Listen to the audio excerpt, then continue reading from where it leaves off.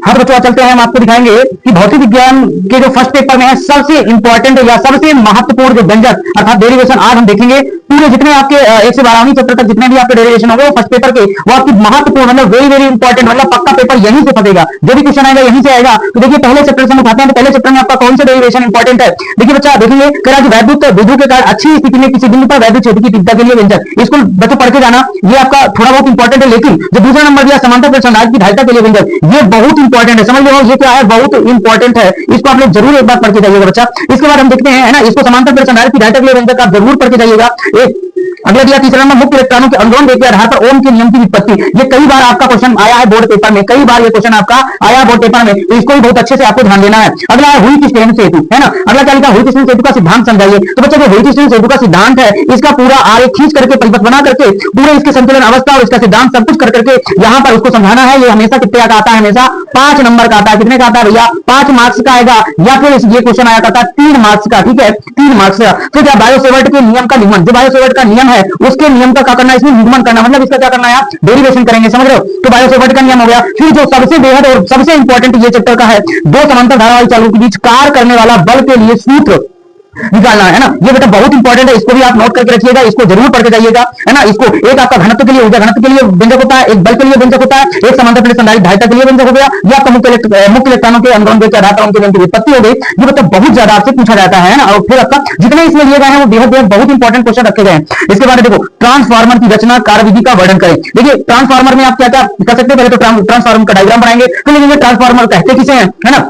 फिर क्या लिखेंगे कि यहाँ पर लिखेंगे ट्रांसफार्मर, है ना, ट्रांसफार्मर क्या है इसके बारे में। फिर ट्रांसफार्मर का क्या लिखना है, आपको सिद्धांत लिखना है, लिख दिया। सिद्धांत के बाद लिखना है इसकी कार्य विधि, क्या लिखोगे, कार्य विधि। और इसमें अगर रचना लिखना तो रचना भी लिख सकते हो, ठीक है, यहाँ इसकी रचना भी लिख सकते हो। और ट्रांसफार्मर के क्या लिख सकते हो, प्रकार, ट्रांसफार्मर के प्रकार कितने प्रकार के होते हैं, 2 ऊंचाई होता है, एक ऊंचाई होता है, एक कौन सा होता है, एक आपका क्या होता है, अपचाई होता है, ठीक है। तो ये चीजें आपको ट्रांसफार्मर में लिखनी है, मतलब इतना। तब ये कितने नंबर मिलेंगे इसके, 5 मार्क्स के, 5 नंबर का ट्रांसफार्मर आता है और बहुत इंपॉर्टेंट होता है, समझ लो बहुत इंपॉर्टेंट होता है और हमेशा पूछा जाता है, इसलिए इसको ध्यान करके जाइएगा।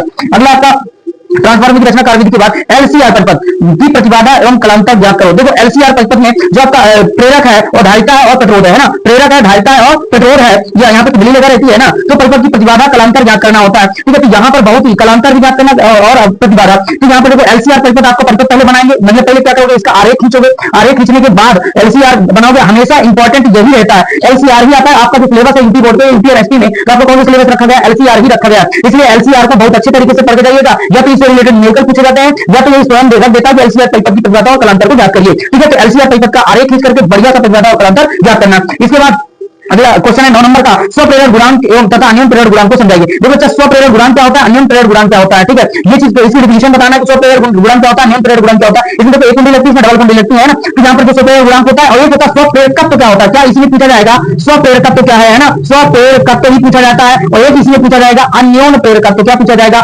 अन्योन्य प्रेरकत्व, ठीक है। ये चीज भी ध्यान देना, स्वप्रेरण गुणांक ध्यान देना, अन्योन्य प्रेरण गुणांक, अन्योन्य प्रेरकत्व और स्वप्रेरकत्व में यहाँ कभी अंतर पूछ लिया जाता है कि स्वप्रेरकत्व, स्वप्रेरण और स्वप्रेरकत्व में अंतर, स्वप्रेरण गुणांक तथा स्वप्रेरकत्व में अंतर, स्वप्रेरण तथा अन्योन्य प्रेरण में अंतर, अन्योन्य प्रेरण तथा अन्योन्य प्रेरकत्व में अंतर, ठीक है। तो ये चीज आप पढ़ के जाइएगा। और इसका जो इस चैप्टर का लास्ट क्वेश्चन रहेगा, विद्युत गोलीय चालक की ढालता का व्यंजक आपको निकालना, ठीक है। विद्युत गोलीय चालक की ढालता का आपको व्यंजक निकालना है ना, तो इसको भी आप पढ़ के जाइएगा, है ना। आप इतने क्वेश्चन पढ़ लिए, 100% यही क्वेश्चन आपके पेपर में देखने को मिलेंगे। जो बोर्ड परीक्षा का आपका पेपर होगा उस पेपर में आपको यही से क्वेश्चन आपके डेरिवेशन मिलेंगे, इसलिए उनको तैयार करके जाइएगा। और हमारे चैनल को बिल्कुल सब्सक्राइब कर लीजिए, आपको इसी प्रकार की खबरें इस पर मिलती रहेंगी। तो आज के लिए इतना ही, ये पूरे के पूरे जितने आपके ऑब्जेक्टिव है, ये मतलब जो आपके डेरिवेशन है ना, तो इनको किसमें है, आपके फर्स्ट पेपर, किसका, फर्स्ट पेपर का पूरा सारा है, फर्स्ट पेपर का पूरा सारा है। इसके बाद हम सेकंड पेपर का लेकर के आएंगे महत्वपूर्ण 10 इसके और 10 इसके, मतलब 10 आप इसके फर्स्ट पेपर के पढ़ेंगे, 10 आप सेकंड पेपर के पढ़ेंगे। टोटल 20 डेरिवेशन अगर आपने अच्छी प्रकार से लगा लिया तो 70 में से 70 कोई नहीं रोक पाएगा। आपके फिजिक्स में 70 और 70 में से 70 पूरे के पूरे मार्क्स मिलेंगे, ठीक है। तो आप इसी प्रकार करके